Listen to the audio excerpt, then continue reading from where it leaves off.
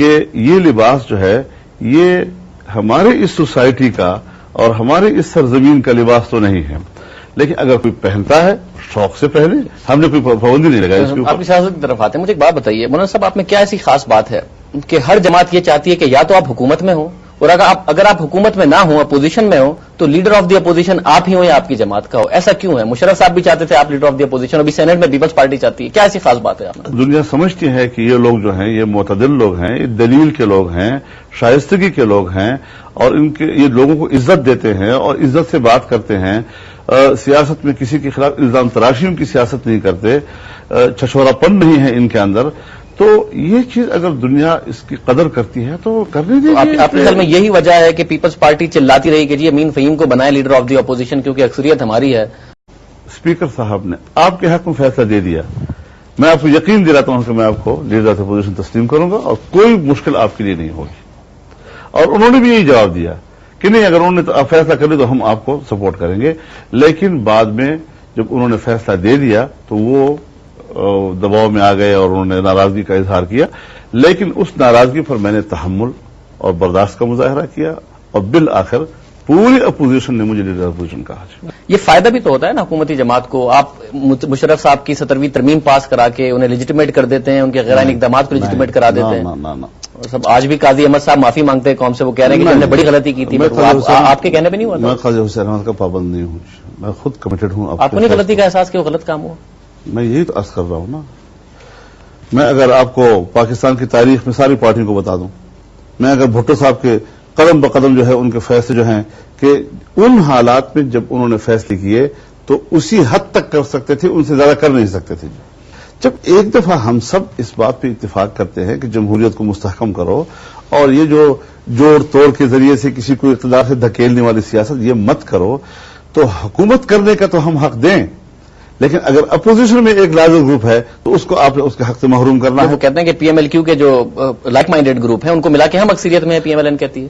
کون لوگ ہیں لائک مائنڈیڈ؟ جو سلیم سیف اللہ صاحب ہیں، ہمایوں اختر صاحب ہیں، یہ لوگ مل کے پی ایم ایل این کو سپورٹ کرتے ہیں، جماعت اسلامی بھی۔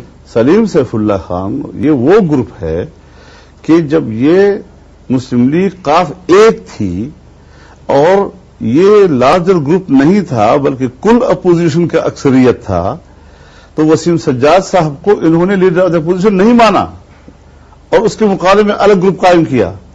اب جب مسلم لیگ قاف حکومت میں چلی گئی، جس وقت یہ پوری اکثریت میں تھا تو نہیں مانا، جب قاف حکومت میں چلی گئی اور اس قاف کا فضلہ بچ گیا، وہ اتنا پاکیزہ ہو گیا کہ آج اس کا ووٹ جو ناقابل استعمال ہے۔ یہ تو آپ اصولی بات کر رہے ہیں نا، یہ تو اصولی آئین تو اس بات کی اجازت دیتا ہے، آئین صرف ووٹ آف کانفیڈنس کی، منی بل کی، اس پر آپ نہیں کر سکتے 63A کے مطابق لیڈر آف دی اپوزیشن کو، تو جس کو چاہے ووٹ دے۔ بات یہی ہے نا جی کہ اگر انہوں نے ووٹ دیا ہے تو ہمیں بھی لوگوں نے ووٹ دیا ہے نا، ہمارا ووٹ اس کو کیوں نظر انداز کیا جا رہا ہے؟ ہم نے تو اس کے باوجود کہ ہم اکثریتی گروپ ہیں حق دینا چاہیے تھا ہمیں، تب بھی ووٹنگ ہوئی ہے اور میں ووٹنگ بھی جیتا ہوں ان سے۔ مگر مجھے اس سارے سینیریو میں یہ جو میں نقطہ سمجھنا چاہ رہا ہوں وہ یہ کہ آج بھی سیکولر پیپلز پارٹی چاہتی ہے کہ مذہبی جماعت کے مولانا فضل الرحمان صاحب کی ہمیں لیڈر آف دی اپوزیشن مل جائے سینٹ میں، آپ کی مذہبی جماعتیں نہیں سپورٹ کرنے کو تیار، Jamaat Islami P M L N کو سپورٹ کرنے۔ جہاں تک جماعت اسلامی کا تعلق ہے، جماعت اسلامی کے رویے پر مجھے افسوس ہے، لیکن میں آپ کو ایک عجیب بات، انہیں بھی آپ کے رویے پہ بڑا افسوس ہے۔ نہیں، میں آپ کو ایک عجیب بات میں آپ کو عجیب بات کہتا ہوں جی۔ میرے پاس جماعت اسلامی کے امیر جناب سید منور حسن صاحب تشریف لائے۔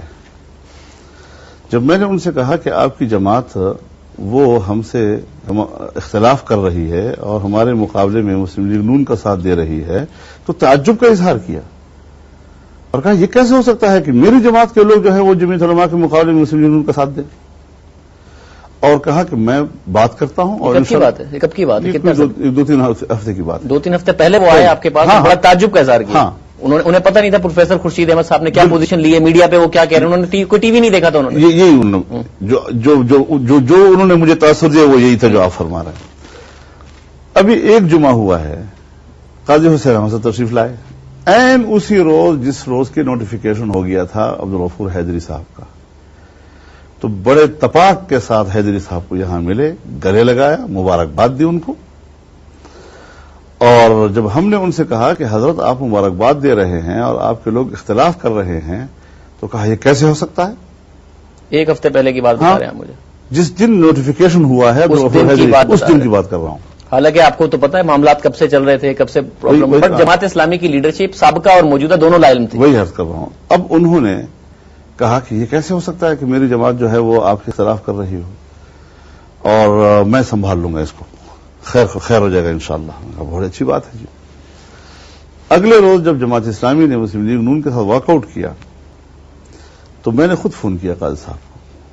میں نے کہا قاضی صاحب آپ کے لوگوں نے تو رویے میں تبدیلی نہیں لائی.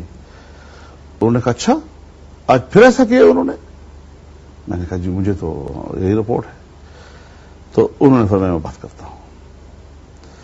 پھر رات کو انہوں نے مجھے فون کیا اور کہا کہ میری بات ہو گئی ہے اور اب آئندہ ایسا نہیں ہوگا انشاءاللہ. لیکن وہی کچھ ہو رہا ہے. اب سمجھ میں بات نہیں آ رہی کہ جماعت اسلامی جیسی منظم جماعت, ان کی قیادت ہمیں کچھ کہہ رہی ہے, ان کے جو اراکین ہیں وہ کچھ کر رہے ہیں. مطلب قیادت کی حد تک آپ کے لیڈر آف دی اپوزیشن کی سپورٹ آپ کو حاصل ہے, یہ نیچے پتہ نہیں کیا ہو رہا ہے جماعت اسلامی یہ معلوم جو آپ کی اپنی سمجھ سے باہر